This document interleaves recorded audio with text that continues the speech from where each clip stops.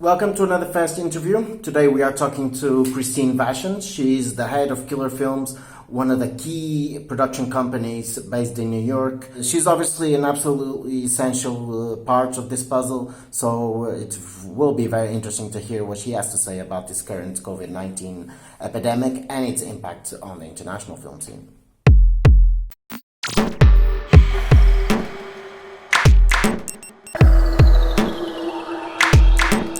Hello, Christine. How are you? Were you working on any specific project at this stage? And how exactly were you immediately affected by this current situation? We were actually shooting a series for Netflix called Halston that stars Ewan McGregor. And we were working with Ryan Murphy, and the director was Dan Minahan. We were probably about a third of the way through our shoot, and we were shooting in New York City. So, we shut down production on March 13th, which was a Friday.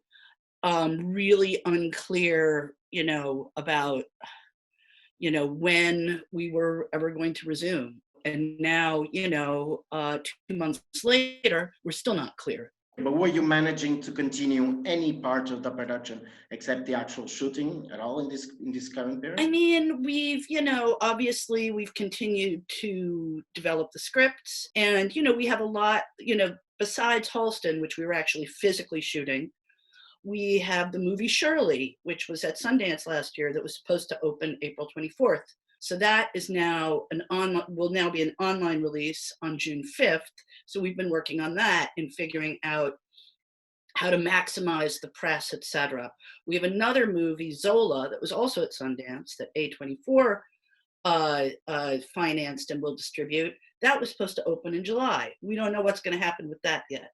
Then we have another movie that was just about to start its festival life. And that's the world to come, and we don't know what's going to happen with that one. Then we have movies that we've been developing and TV series that we've been developing that we're continuing to develop and pitch and package and attach cast.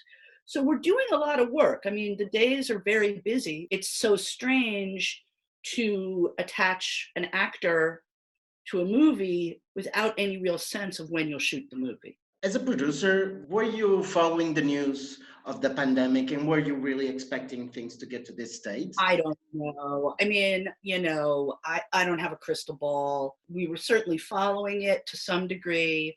And, there's always people I knew people very early on in January who were, screaming, this is going to come here and it's going to be a disaster. And I also knew people who were like, it just doesn't seem like that big a deal. And that seems to be where the country is right now. We're polarized around it's a disaster and everyone's overreacting. Look, as a producer, I take keeping my crew safe very, very seriously. And it's really ultimately the most important thing. So when New York started to unravel the week of the 13th, I think we saw the writing on the wall. We were a little like, we were in constant contact with Netflix too, but it was starting to feel like we needed to make a decision to protect everybody's safety. Are you already developing ways to improve security for both the cast and the crew on set? Is there anything? There are a number of plans that I've seen circulating about ways to shoot during the pandemic. Some of them I just think aren't realistic for a lot of the kinds of work we do. I mean, is this a time that a filmmaker could figure out a story to tell themselves in their own, apartment or house or whatever? Yeah, there's probably some really interesting stuff coming out of there, not just on TikTok. But I think that going back to a fairly traditional shoot with, Halston, for example, is a period film. Costumers have to be there. Hair and makeup has to be there. So I don't know. I don't know what it looks like. Sometimes I think it will simply be a question of testing people every day. But I don't, I'm not a doctor. I don't know if that's even feasible. The same way right now, I think people are talking about like, wow, more people could work from home. Do we need big offices? Like, is this going to sort of, even once there's a vaccine, sort of change the way we work and how we handle our sort of personal interactions. I think on film sets, it's like, do we need so many people? Is there a way to streamline it so that you could actually, safely, not be on top of each other? Obviously, of all the people within the crew or crew and cast, there will be perhaps most at risk are actors, Right. because actors inevitably have to be in front of the camera and have to be in touch. Do you think that this can actually affect the way that we make films? Is there anything that can be done to solve that problem?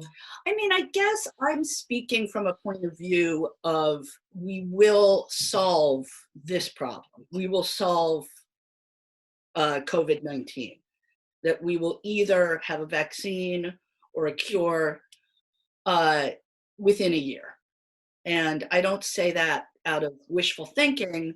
I say that from everything I've read, the tremendous pressure being put, on scientists all over the world, because, at the end of the day, this is very bad for capitalism. And when something is very bad for capitalism, it often gets solved, for better or worse. So I do believe that in about a year or so, we will be resuming in a more full way how we make our stories. That said, that's a long time. And there's certainly we have a couple animated projects which suddenly are getting more attention. I do think that what's going to happen out of this is either you believe that this is the nail in the coffin for theatrical film going and releasing, or you believe that it's going to make people appreciate that experience so much that the second they can go to the theater, they will start going to the theater again and go more than they ever went before. So I don't know. One thing that I still wanted to ask you on this, how the hell do you produce a film from now on? One aspect is regarding insurance, because that's certainly something that a lot of people have been talking about, Right. how the prices are going through the roof and the risks are greater than ever. From an independent film producer perspective, how much can this really affect budgets and really affect a production? A lot. I mean, we do have one independent film. There's two that we're sort of putting together right now. One is pretty much together.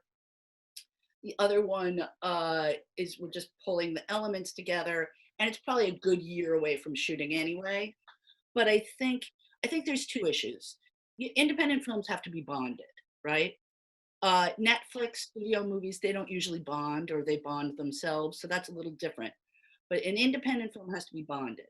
Of course, right now, it kind of reminds me, we were shooting a movie right after 9/11, and the insurance company the bond company went insane.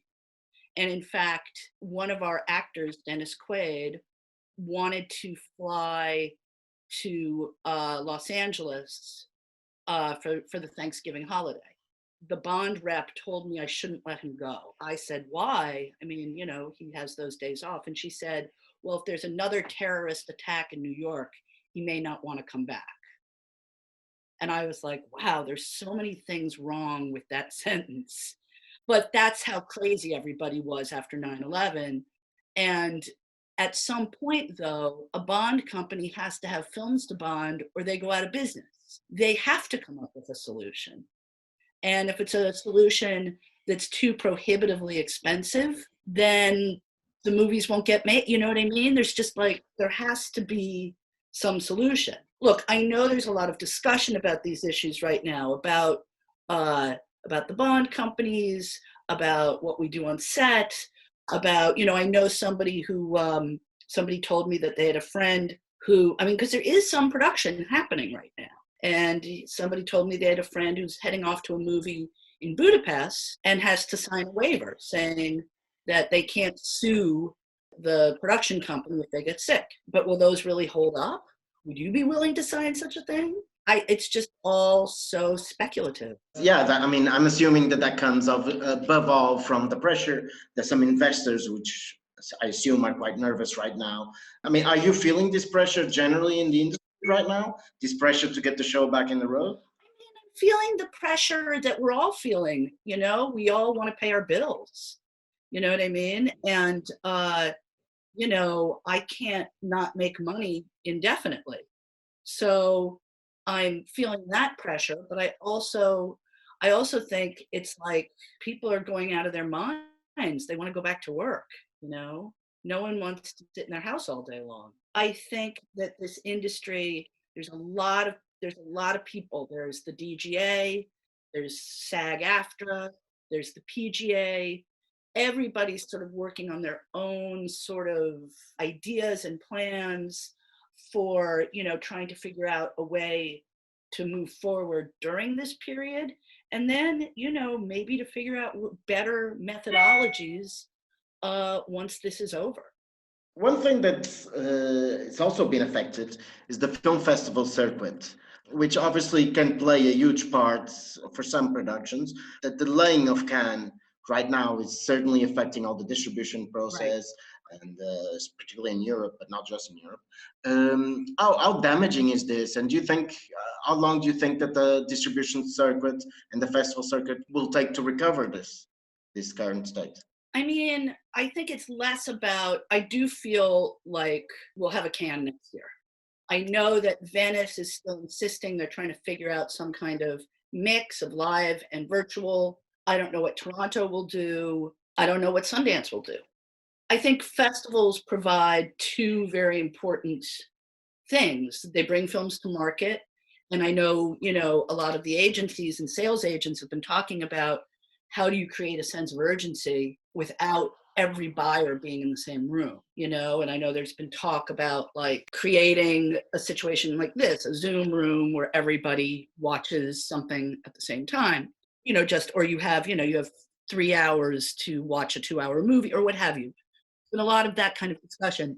The other thing festivals do, obviously, is they create community and they allow, a kind of in-person exchange of ideas, opinions, information. And I think our industry really needs that. So again, it's like I don't think that they're going to go away, festivals. I don't know how they'll change. I think this class of films, that the films that would have been at Cannes, that would have been that were going to go to Venice and Toronto, etc. I think it's going to be hard for them. A lot of the festivals are talking about having some of their activities happening online, such as the marketing can. How do you feel about that? Because ultimately, the more interesting thing about going to a market is exactly having everyone there, being able to Right. see people face to face. How do you feel about that? Is there something that interests you as a I producer? mean, I think festivals are scrambling the way we all are to figure out a way to have a presence even in the middle of this. And so I don't think that's necessarily a bad thing. But I can't believe anyone is going to advocate, you know what? Let's take Can online for the rest of its life. No one wants that. So I think everyone's just trying to pivot with what we're dealing with. You've worked extensively on the independent sector. You've worked more recently with Netflix and with this new platform universe. And I saw an interview that you did recently that you actually showed to have an open view of this transition, or this possible transition from the film theater to a home experience. As this entire experience now of COVID-19 has made you change at all your opinion about the future and the advantages of having these different alternatives now?